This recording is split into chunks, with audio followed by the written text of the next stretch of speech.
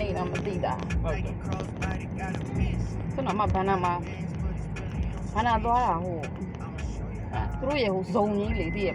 မှာဟိုဒီ skyline တွေရောဒီဟိုတံတားတွေရောအဲ့လိုဇုံကြီးကိုပတ်နေရတာနဲ့ဟိုသူကတော်တော်ကိုလမ်းလျှောက်လိုက်ရဘယ်တော့ဘန်းနာဟုတ်ပါဘူးသွားလိုက်အရင်တော့အဲ့လိုဆော့ရလို့မရှိဘူးပါလားမနစ်ကလည်းဆော့တယ်မာလုံးနာဘန်ကပီတော့မသိဘူးမင်းတို့ကအဲ့လို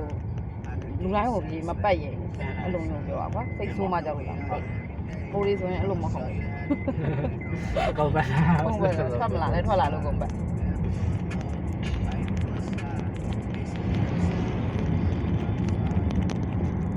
ဘောဖြစ်မှာလေဒီကစားရတဲ့ဘာသာဘာဝကိုတိတ်နာမလဲ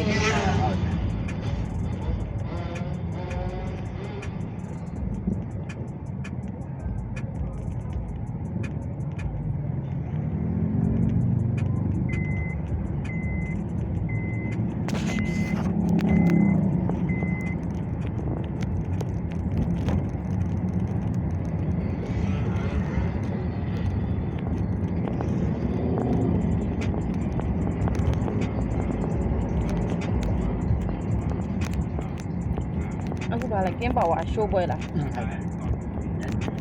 ချိုးပွဲရှိတယ်